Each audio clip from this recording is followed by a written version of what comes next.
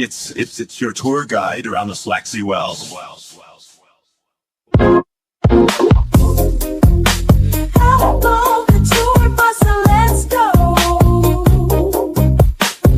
Wednesday and Sunday out when you can take the tour.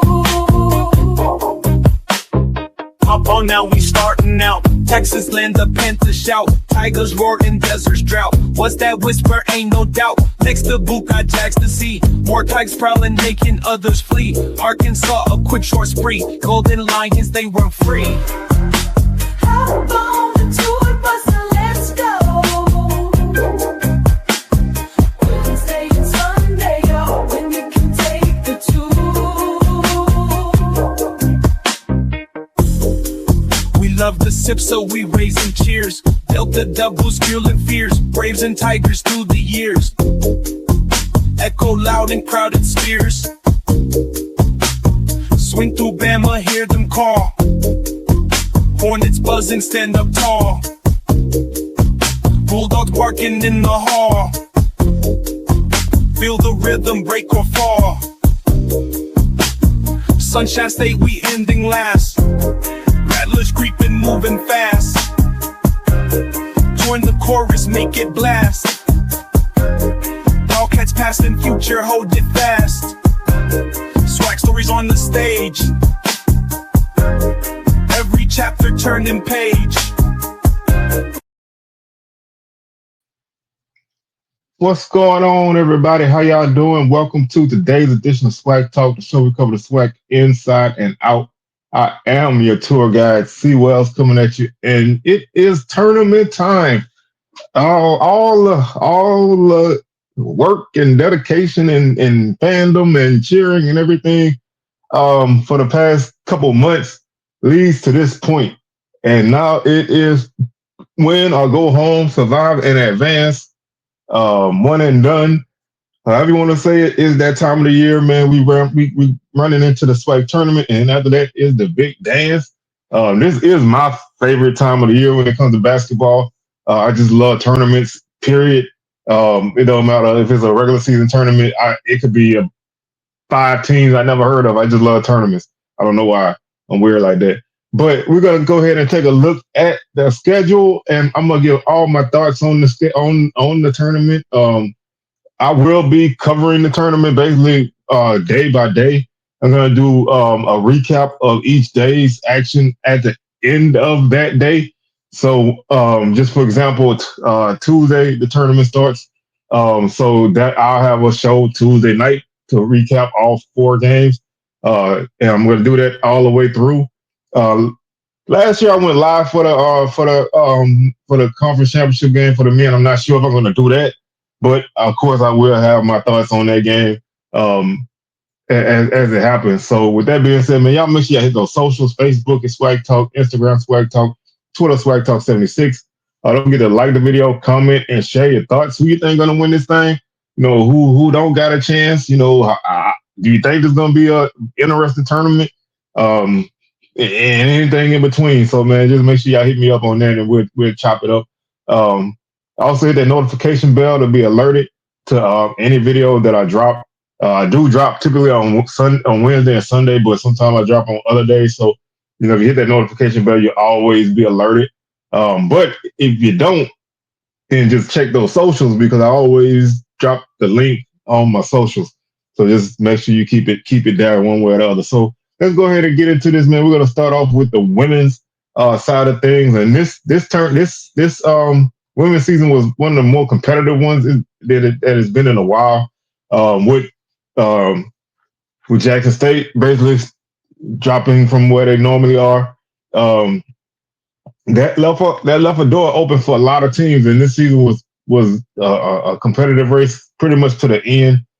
Southern ends up with the regular season championship and the 1 seed, finishing 15-3 in conference, 17-14 overall.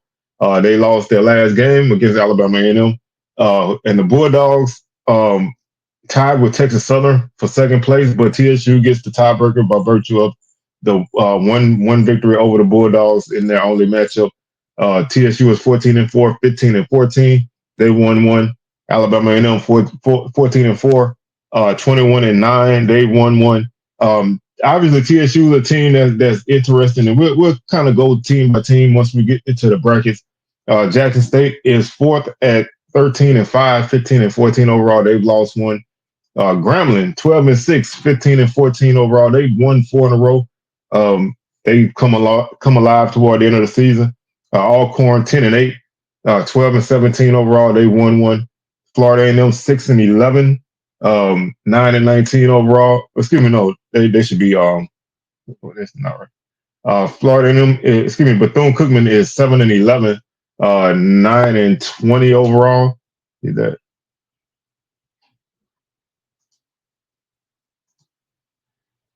Let's see. Yeah, so Bethune-Cookman is 7-11, and they are 9-18 overall. FAMU is 6-12, 9-19 overall. They've lost 2 in a row. Bethune's lost 3 in a row. Prairie View is 6-12, 9-18 overall. They've lost 2 games in a row. And Valley comes in the 10th spot at 6-12, 7-22 overall. They won 3 games in a row. Missing out on the tournament is Alabama State at 4-14. They're 6-24 overall. They've lost 5 games in a row. And Pine Bluff is 1-17, 3-25 overall. They've lost 10 games in a row. So looking at the way this shapes up, my thoughts on each team right now in the tournament. We'll start at the 10th spot. Valley's playing some solid basketball. I mean, they're on a 3-game winning streak. They obviously they won 3 other games since before that, but they've been playing pretty solid. They knocked off Jackson State and knocked off Alcorn to close out the season, and they beat Pine Bluff in a revenge victory over the Golden Lions. So Valley's a team that's playing. They're playing solid ball. They obviously aren't. They're not. They're not a spectacular team. They don't do a lot great. They don't score. They're basically an average scoring team. They're not that great of a defensive team, but they find ways to win. They find ways to compete, and they're very scrappy. So right now, they're playing determined ball. Deanna Maxey leads the team in scoring, and I'm using the conference only stats because I like those when I'm comparing everybody because everybody plays different non-conference type schedule. So right now she leads the team with 12.2 points per game, and Jalea Reed is at 10.5 points per game. Also, Kiara Jones is at 9 points per game. So their team pretty balanced in that aspect. And so I'm interested to see how they do once they get into the tournament. Can they keep the momentum going? Can they hang on and get a victory over a FAMU team that beat them earlier in the season? So that's a very interesting team right there. And we'll stick with the Rattlers. They coming off of a loss. They're coming off a loss to Bethune-Cookman, who before the game against FAMU had lost 3 games in a row. So Rattlers stay on the losing streak. Wildcats get off of it. FAMU's another team who has been kind of up and down.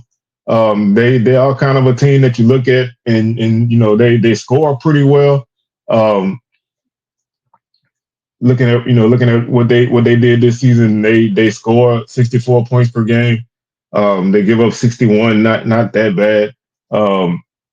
They shoot 41% from the field. They shoot 33% from 3. They make about 5 threes per game, which is 4th in the league. And they've been a team to give people trouble. I mean, they gave Southern trouble. They gave Alabama them trouble. They average 40 rebounds a game. They are a team who could be in the mix if they could fix a couple lapses that they've had throughout the season. And sometimes it's just holding on the lead. Sometimes it's just just remaining competitive all the time. So they do have the victory over Valley in this game. So that one game is not enough to really determine anything in a season series. But having that victory over somebody is always important, no matter how many times you play them. So this is an interesting matchup. I do think. Wait, is that right? I think I done messed everything all up.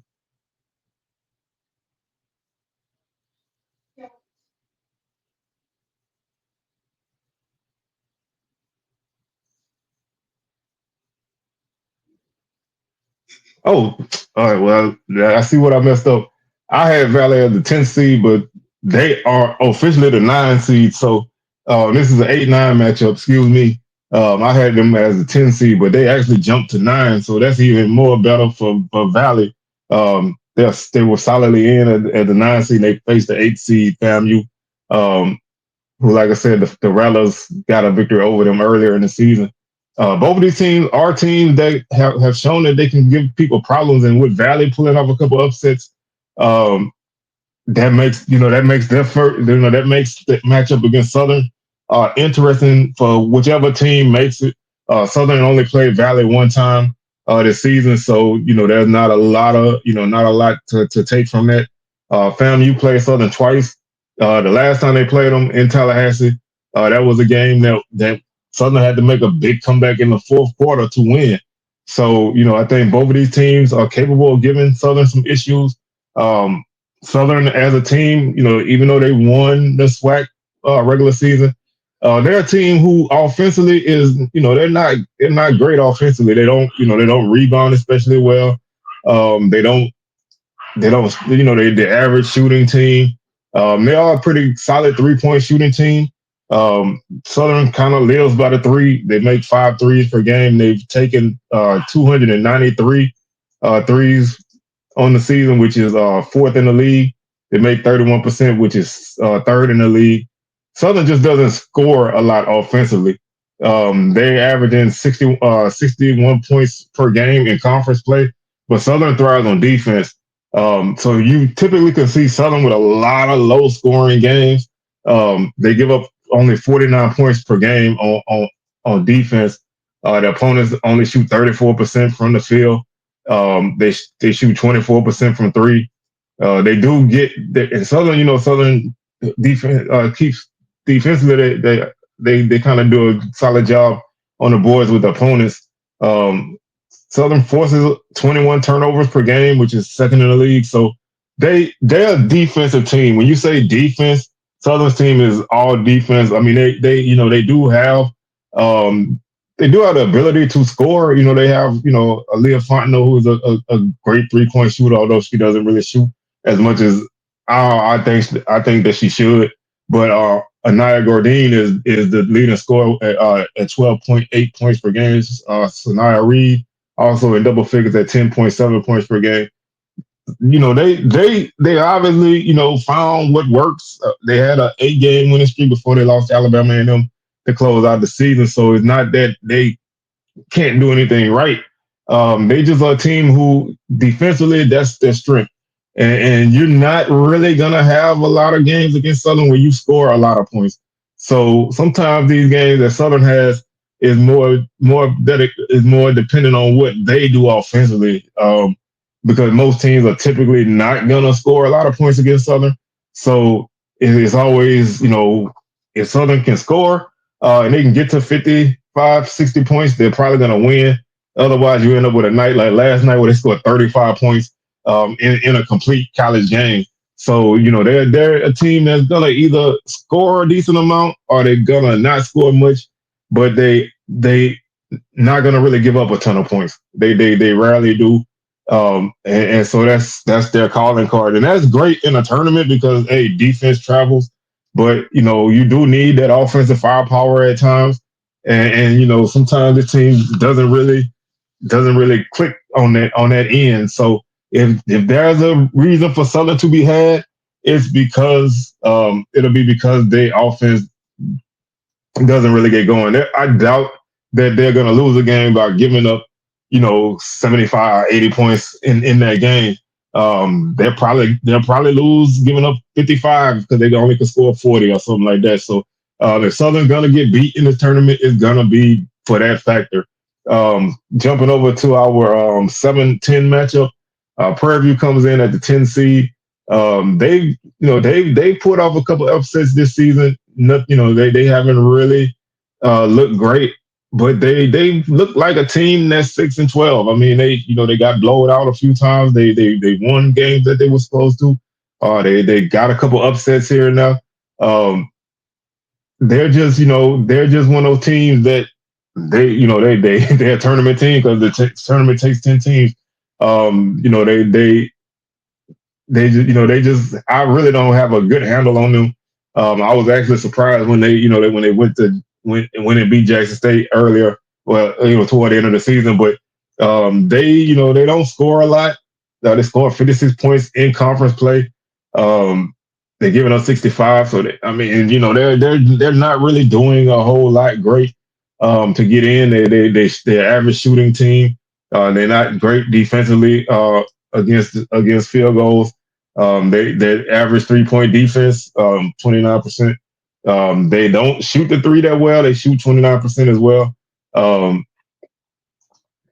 they're last in rebounding, and so they get out rebounded by like 7 rebounds per game. Um, they turn the ball over a ton. They average 20 turnovers per game. They force 16. So it's just they're a team who kind of found their way in because there's 10 teams in the tournament and they are the 10th team. Um, and so I don't, I really don't think this is a team that's gonna make any kind of a run. This team like this to me are the epitome of a one and done, and that's no disrespect to them, but um, they just haven't really put it all together. Bethune-Cookman on the other hand, is a team that has the ability. They have some solid players as well, but they don't really take care of the ball. They are very sloppy with the ball. If anything, I think is their Achilles heel is turnovers. Giving up 22 turnovers a game is always going to kill you. They don't really shoot that well either. So that's been that's rough for them. But they play good defense against the three and inside the 3-point range. So they're another team who's more defense than offense. They only shoot 29% from three. They don't really score a lot of points. Again, they average 59 points per game in conference play. They give up 60. So like I said, this is another team that's more defensive oriented than offensive oriented. And so I think that they can cause some problems there. And I think that's going to be what gets them through this game against Prairie View. I like Nicholson. She's a double machine. She's had quite a few double doubles this season. She's averaging 12 and a half rebounds per game in conference play and 13.6 points per game. She also has 27 steals, 13 blocks. So she's been a force around that. Kayla Clark also is adding 8.7 points per game. She also averages 8 rebounds per game. So they are a team who has two presences in the paint that can really cause teams trouble. Like I said, they don't really shoot well from outside, so that could hurt you in a later round. But I think in this matchup, I think they're fine. It may be dicey because, like I said, they're not really gonna run up the score on you typically. But I think against a team like Prairie View, you probably got a better chance of doing it. And looking at kind of where these games fall, the first game of the day is Bethune-Cookman and Prairie View. That's an 11 o'clock game on Tuesday, March 11th. So that is that Tuesday or Wednesday? Wednesday, excuse me. This tournament starts on Wednesday. So that's Wednesday, March 11th. Bethune-Cookman against Prairie View. That's 11 a.m. Eastern time. So that's a 10 a.m. tip-off for us in the Central Time Zone. And closing out the women's session that day is game 2, number 8 FAMU against number 9 Mississippi Valley. That's a 5:30 tip-off. Game 3 is on Thursday, March 12th. That's 11 a.m. tip-off. That's Texas Southern against the winner of Bethune-Cookman and Prairie View. I think that's going to be Bethune-Cookman against Texas Southern. I think TSU wins this game.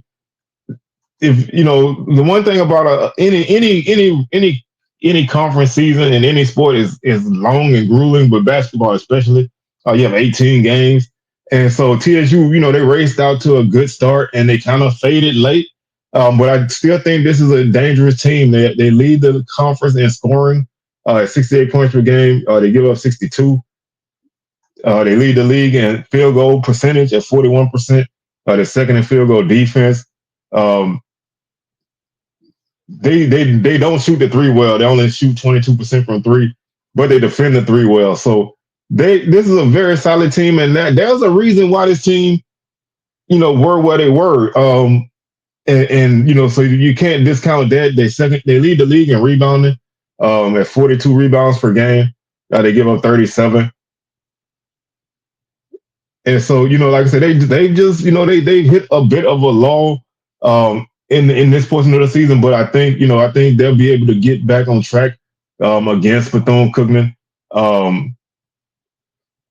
I look for, them to get something going. Laudermill averages 12.5 points per game.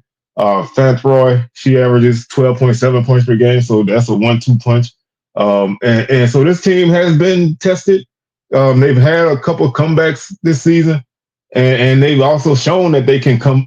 They've shown that they can come back, and they other than that late season law, I think this is a very solid team. I want to see if they can put that behind them, because this is uncharted territory for a team like this, to be in this part of the standings at this portion of the season. So it's a little different, approach, and so we'll see. If they can hang on and get it done. So like I said, they played the 11 a.m. game on March 12th. Game 4 is Southern against the winner of FAMU and Valley. Like I said, I think that game is at 5:30 p.m. I think Southern they're gonna do what they do. How the offense does is gonna be the difference between them winning and losing. So I do think Southern has a good shot in this game. Number 3 is Alabama. Game 5 is number 3 Alabama A&M versus number 6 Alcorn. That's a 11 a.m. tip on Friday. And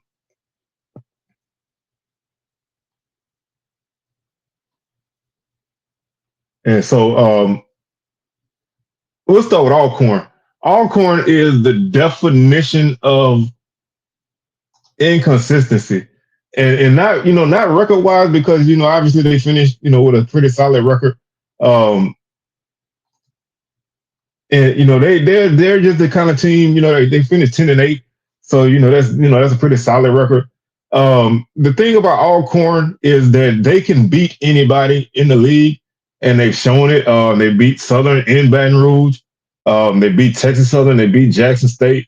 They beat Grambling, but they can also lose to anybody, as evidence of being swept by Valley. And like I said, Valley is not Valley is not what Valley usually is, but that's still, when you're a team, fighting for the top half of the conference, you're getting swept by the number 9 seed is always a kind of a head scratcher.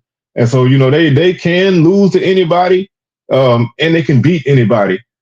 That, so they're the kind of team that makes you nervous, because they can come out in the first round. They seem to kind of ramp it up against the better teams. So I look for them to come out on fire against A&M. Destiny Brown, she's their go-to scorer. She's at 13 points per game, 7 rebounds. She has 22 steals and 27 blocks. She basically is the straw that stirs the drink inside.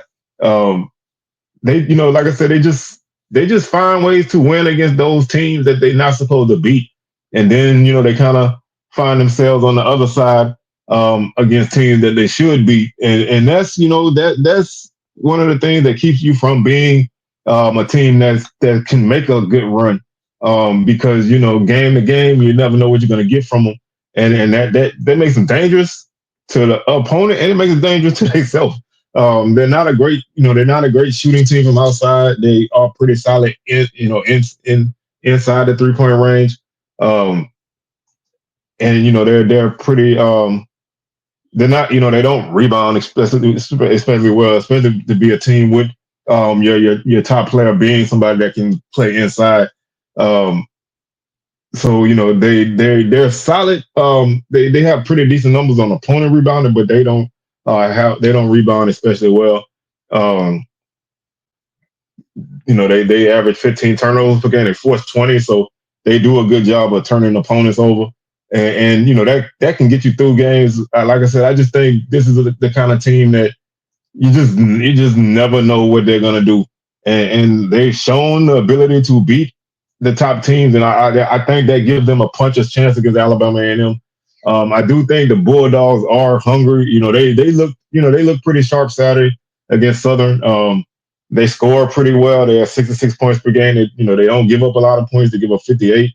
Um, they second in the league in field goal shooting at 41%. They're fifth in defense at 38%. They shoot the 29% from three, which is fourth in the league. They pretty they're also at 27% 3-point defense. When you look at what they do on the boards, they average 33 rebounds per game. The opponents are at 37. This, like I said, just from looking at this team on Saturday, they are, they can get to the basket. And when they do, they're gonna finish. They have four scores. Let's see. They have four scores in double figures. I mean, they have basically let's say three. They have three scores in double digits in conference play, led by Kayla Walker. She's at 16 points per game. Also, Alicia Wilson is at 12.9 points per game, and Lauren Pendleton is at 12.4 points per game. So they have weapons. Um, Darian Bergen is a name from previous years. She's been solid for them as well. They're just a team that's been playing extremely well. Of course, they've had some hiccups as well. I do think, as a whole, I think the women's side of things is extremely competitive. Not to say that the men aren't, but for whatever reason, it's such a bunch at the top, and so anybody honestly could be the favorite in this tournament. The Bulldogs definitely could throw their name in that hat. Um, and so I do think, I think Alcorn is going to get them all they want. These two teams haven't played since I think like early in the season. So, these are teams who are kind of not where they were when they first played. When these two teams first matched up, we didn't know what either one of these teams were going to be. We didn't know that A&M was going to finish, 14-4. They kind of started off. I think they were 2-2 to start. So we didn't really know where they were gonna be at. Um, and they beat Alcorn by 10 in Norman. So that was on January 11th. And these two teams play on March 12th. So they play on March 13th. So that's more than a couple months back. So these are two very different teams. And so I do think the Bulldogs are going to win, but I think Alcorn is going to give them a tough battle, um, and go out swinging.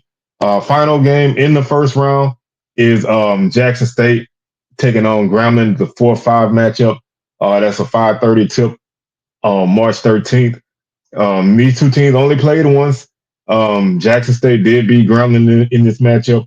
Grambling one of the hotter teams in conference right now.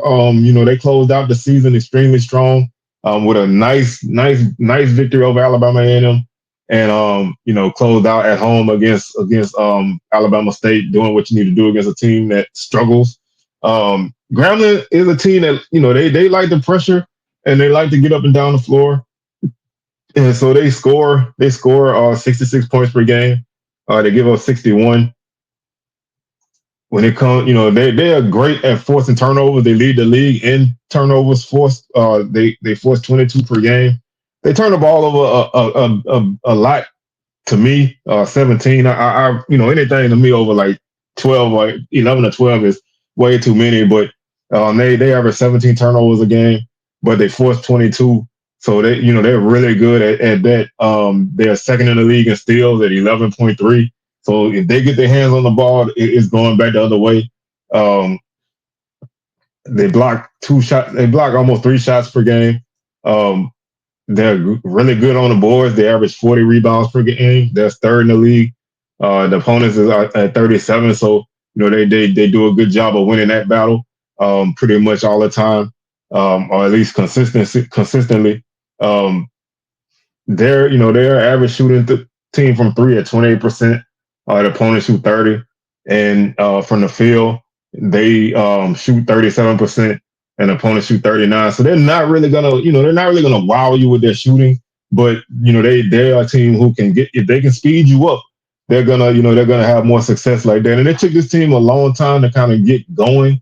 They started off slow in conference. You got to remember this was a team that I think they were picked first in the conference in the preseason, so they didn't really finish where they were supposed to. But they seem like they found their form now. Um, Jackson State is another team who we didn't know what to expect from this team coming into the season. They weren't built like they were in previous years. We didn't know what kind of style of play they were going to have. They've been a factor in the race. They stumbled late, but they're another team that doesn't really give up a lot of points. They give up 58 a game. They score 63. They shoot 39% from the field, and they give up 37%. They lead the league in 3-point shooting. That's what they do. They're definitely a team who lets it fly. They lead the league in 3-pointers made. They're second in 3-point attempts. They shoot 33% from the field. They make almost 6 threes a game. So that's always a factor. And they play good 3-point defense, only at 22%. They average 36 rebounds per game. The opponents at 34, so they win that battle. They turn the ball over a decent amount at 16.9. They force 14.7. They're not really that kind of team that's gonna get you off pace. They only average 7 steals, which is 11. So they're more of a team that's just gonna kind of they can, if their shots are falling from outside, they have a great chance against you. If they're not, then they're probably not gonna win. They just kind of they kind of cooled off toward the later portion of the season, and I think Grambling is the hotter team right now. And so I do think Grambling is going to get by them in this matchup. That takes us to our first semifinal, which is March 14th at 11 a.m. That's the winner of Game 3 and the winner of Game 5. So you're looking at Texas Southern and Bethune-Cookman, Prairie View versus Alabama A&M, all-corn winner. So right now, for me, that's Texas Southern against Alabama A&M. I do think TSU get this win here. I think I do think they're gonna fix whatever they had going wrong at the end of the season. Maybe it's just a case of sometimes playing like that ahead. Sometimes you start to take teams best punch and you're not really prepared for that. And now that they understand, they can kind of get themselves back right. So I think they're gonna get the victory there. Game 8 is at 5:30 p.m. on March 14th, and that's the Southern FAMU Valley winner against the Jackson State Grambling winner. So for me, that's Southern and Grambling. Southern won handily in Grambling. They won a closer affair in Baton Rouge. Southern's a defensive team. Offense, you don't always know. Grambling, like I said, they've been playing a whole lot better since either one of those matchups. So it should be an interesting game. I'm still gonna go with Southern because I think I think I think they understand what it takes. They're built for this kind of play. Playing multiple days. Your offense not always gonna beat us. So your defense is typically gonna always beat us. And so I think with that and the fact that they can knock down threes, eventually that's gonna fall for you in a tournament. And a game like this could be the one. And that takes us to our championship. And for me, that's Southern and Texas Southern. TSU had to come from behind against Southern the first time. They were down 15, came back and won by 4. The next matchup, they fell down big against Southern. Cut into the lead. I think they actually took the lead late in the fourth quarter and ended up giving up 11 straight points to lose by 10. I think the Tigers get over the hump here. Like I said, I think this is going to be the game where they don't fall behind big against Southern, and I think if it's them against Southern, just team to team, it's hard to beat a team three times, especially a team that's a really good team. So that factor also already plays into it. But I do think TSU is the team that is going to be the one to kind of get past that Southern team. Now they haven't really had great scoring matchups against Southern, um, and so that's really one of the things that they struggle with. Um, even though they beat Southern in that first matchup, they only scored 55 points in that game. They had like a 28 point second quarter, I believe it was, or third quarter, and so they got the bulk of their points there. Um, and then when they played Southern in Baton Rouge, um, let's see what again. They scored 53 points. So they haven't really put the points on Southern, but I feel like with Southern having leads in both games, you kind of was lead that way, but I just think that this is going to be the game that TSU gets it done. I think they are the story of the league, even though they kind of faded late. I think they're the team that you kind of want to see them get one. So I do think TSU wins that one. So let's go ahead and jump over to the men's side of things. And again, this is a bracket that I think you have a lot of teams who have legitimate chances of winning the conference. And so, Southern being number one, they obviously are the favorite hands down. I don't expect anything different from them. And we'll talk about them in a minute. But I think that this is gonna be, this is gonna be one of the tournaments where I wouldn't be surprised who won this thing, because you're always gonna have, you always gonna have those teams who are gonna, get hot and playing in a tournament situation. Um, you never know what you're gonna get. So looking at where we are in terms of the bracket, first matchup we have will be on March 11th at March 11th at 2 p.m. That's game one. That's the number 8 seed Grambling against number 9 seed Alabama A&M. Grambling hasn't been what a lot of people expected Grambling to be. They haven't really been able to do the things that people expected from them. But they one thing they have done is beat Alabama A&M. They beat them twice already. Um, Obviously, you have a guy like Contavious Dozier, who, he went for 30 against Bama State earlier in the season. So the ability is still there. Mikael Stevenson, also the guy who is his backcourt mate. They just don't really have that explosive offense as a whole. And that's been kind of their downfall. They haven't shot from three well. And so they just kind of been, kind of finding their way around, and they've been down most of the season, and so they seem to be coming alive now. They still play solid defense. Their offense isn't that great, but A&M's a team who plays a high tempo offense, but they faded a lot offensively as the season went on. They're one of those teams that let it fly from three, but they don't make a lot. And so they've shot 456 threes this season, and they made 136. They're only shooting 29% from three. They do have guys who can knock down threes. I like Lorenzo Downey. He's a guy who can he can get inside, but he also can shoot from outside, and he's capable of heating up. AC Bryant is a guy who, he can slash and get to the basket. He had a 30-point game a couple weeks ago. Of course, Chad Moody inside blocking shots. They have some good size. This is a nice built team when you look at it on paper. The execution of this team is just where they fall short.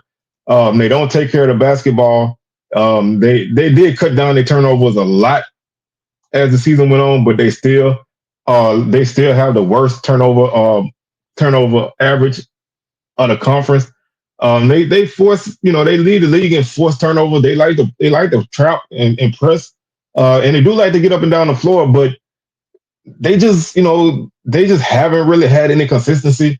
And it starts to take care of the basketball. Like when you can't take care of the ball and you're giving the ball to opponents multiple times in a half, you're gonna fall behind a lot. And so, that's been their MO all season. And so I don't think that's gonna stop here. They just haven't really looked great in any matchup. They got bombed by Bama State a couple weeks ago. And so they just don't look sharp. It you know and when you come into a tournament and you're not looking great, it's hard to turn that on. And so, I think teams that come in that are playing well and maybe they kind of hit a little lull coming into the tournament. I think those kind of teams can kind of snap it back on. Teams that have struggled all season and they come in cold, it's hard to turn it on. And I think against a team like Grambling, who just beat you on Thursday, that's just that makes it tougher. So I like Grambling in this one. The second game of the tournament for the men is game 2. That's number 7 FAMU against number 10 Prairie View. That's an 8:30 tip on March 11th. Again, you got a team in Prairie View who's won one game since January 13th. This team is cold. They don't have a lot of depth. They don't have a lot of numbers on their team. I think this is a team that's waiting for the season to be over. Now they do have guys like Tanaj Petway and Braylon Bush who can put the ball in the basket.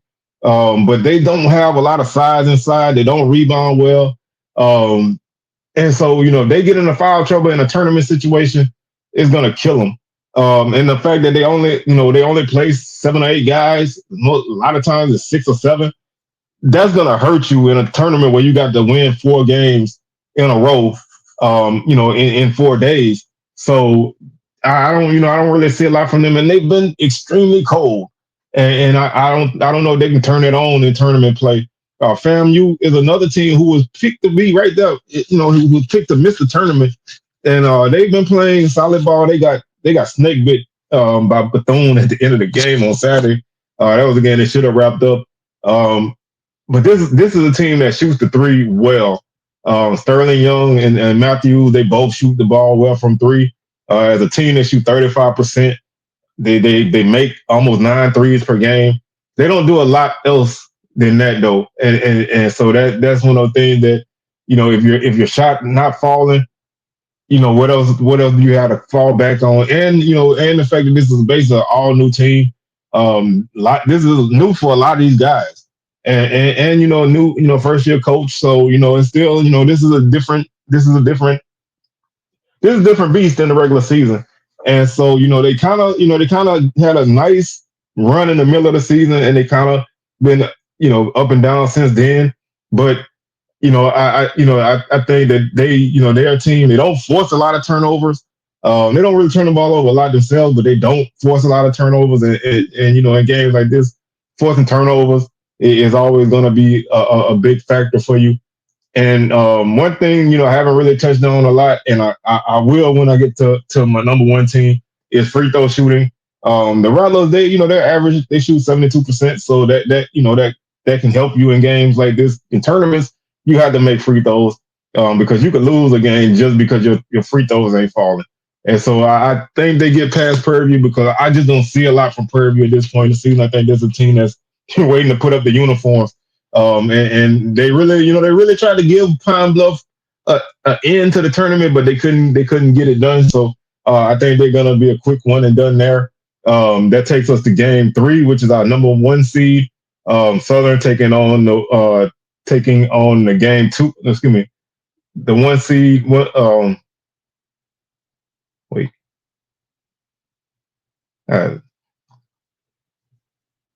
Yeah, the bracket looking funny.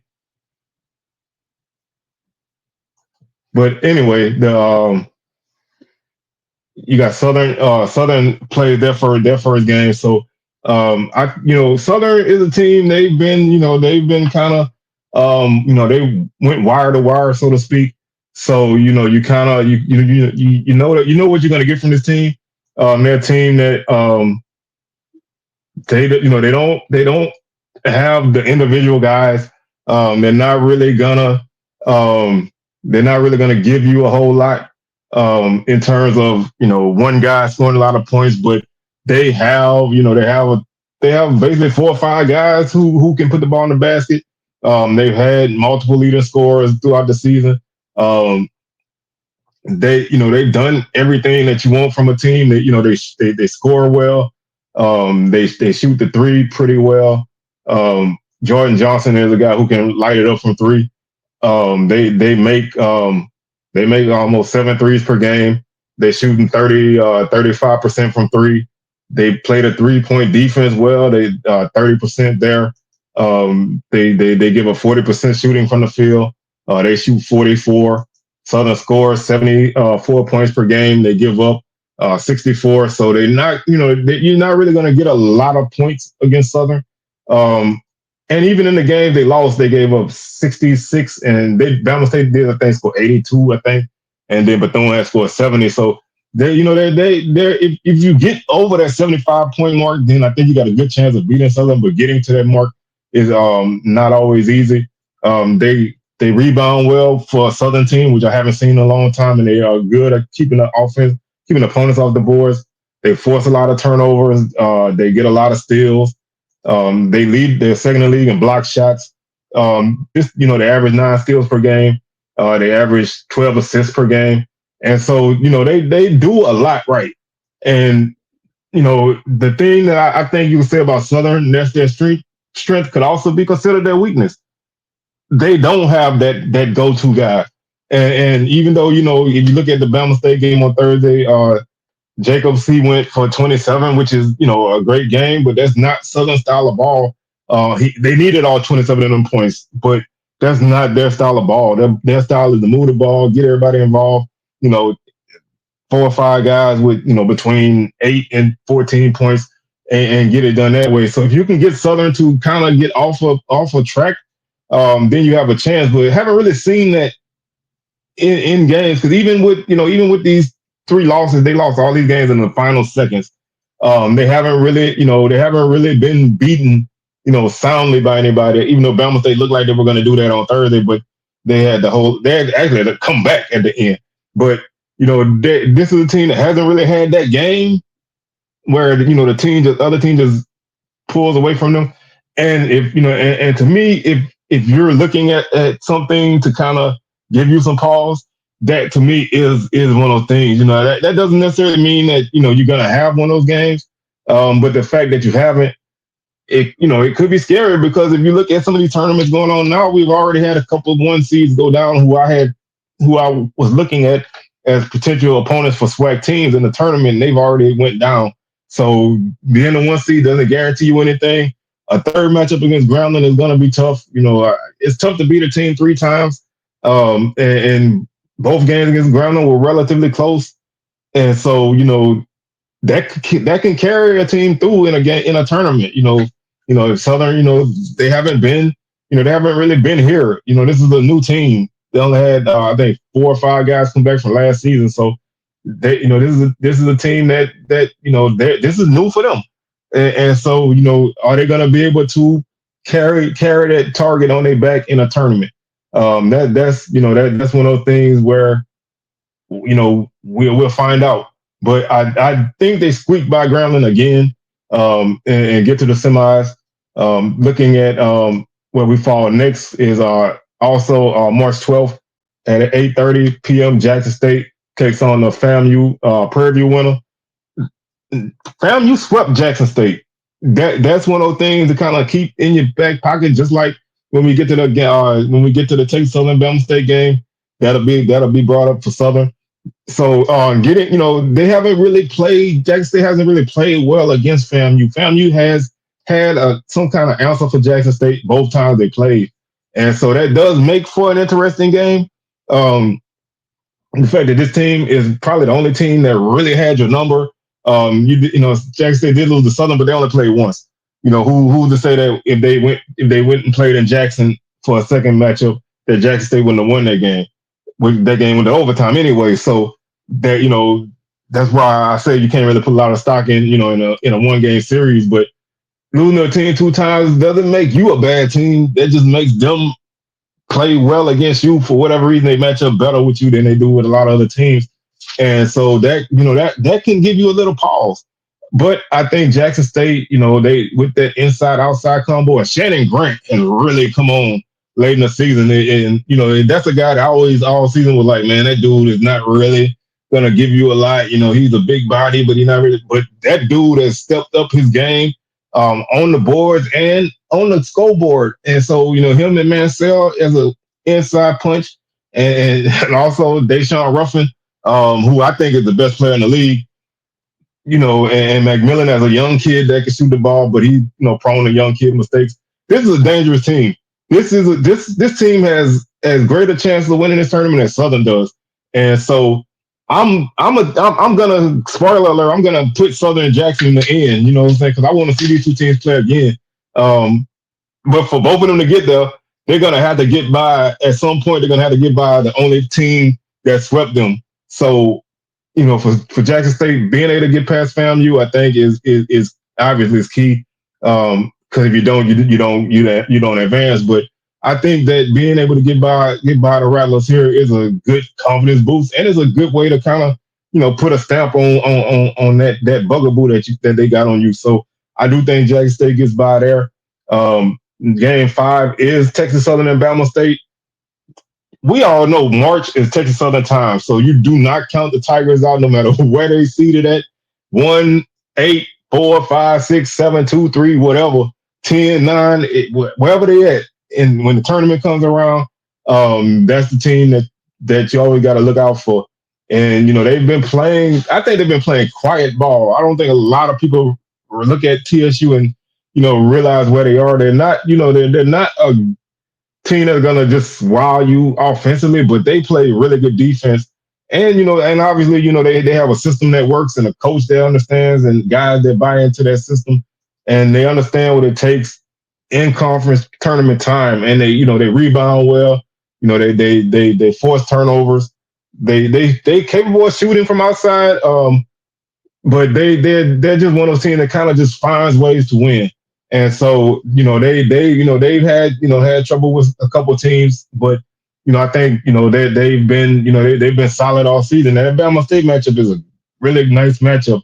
The Hornets are another team that's been flying even lower on the radar than Texas Southern.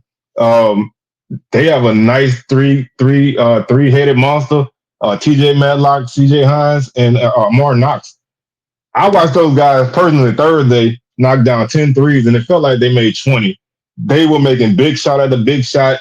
Madlock is a guy, he can get inside. He's a decent sized guard.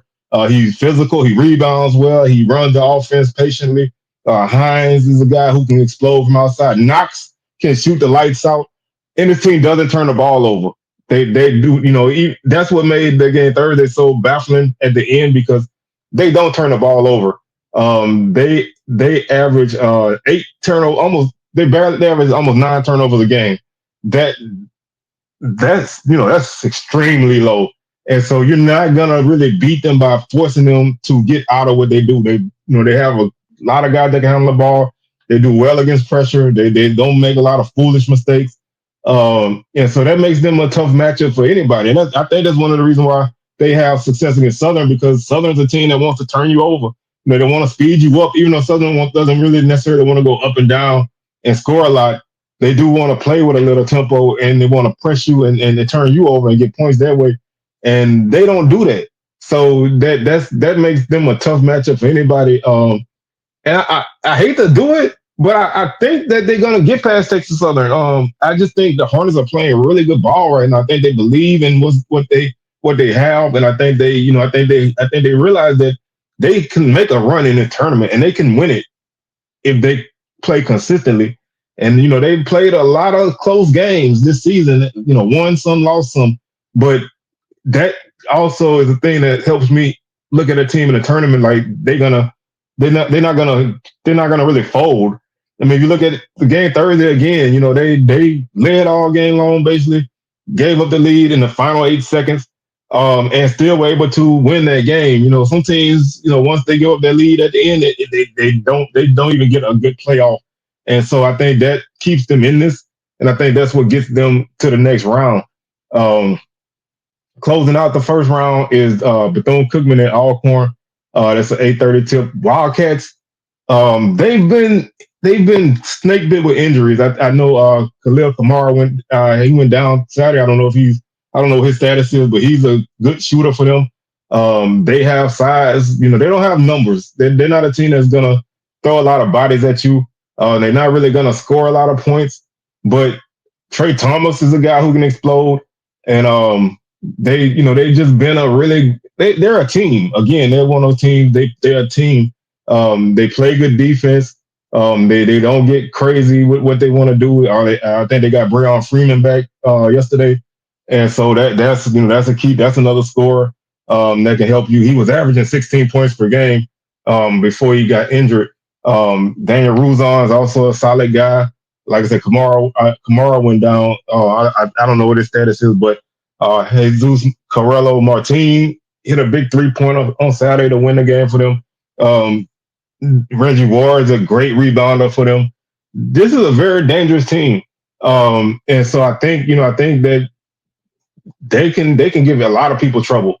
They're another team that's not really going to score a lot of points, so they kind of have to keep that game, in that 60 to 65 point range, maybe 70. But if it gets higher than that, then you kind of get out of their wheelhouse. Alcorn hasn't shot the ball well all season from outside. They've been one of those teams that, basically, if you want to know what a 6 or 7 seed is, that's Alcorn. They're not bad at all. They're not great either, but they can beat anybody they can beat anybody or lose to anybody. So you just don't really know. They last in 3-point shooting. They don't really score a lot of points in terms of ranking in the conference. But they're a solid defensive team. They play tough defense. They get in your chest. And so I like this matchup here as a defensive matchup. Bethune won both. I think they won both matchups. I did Alcorn win these matchups. Let me.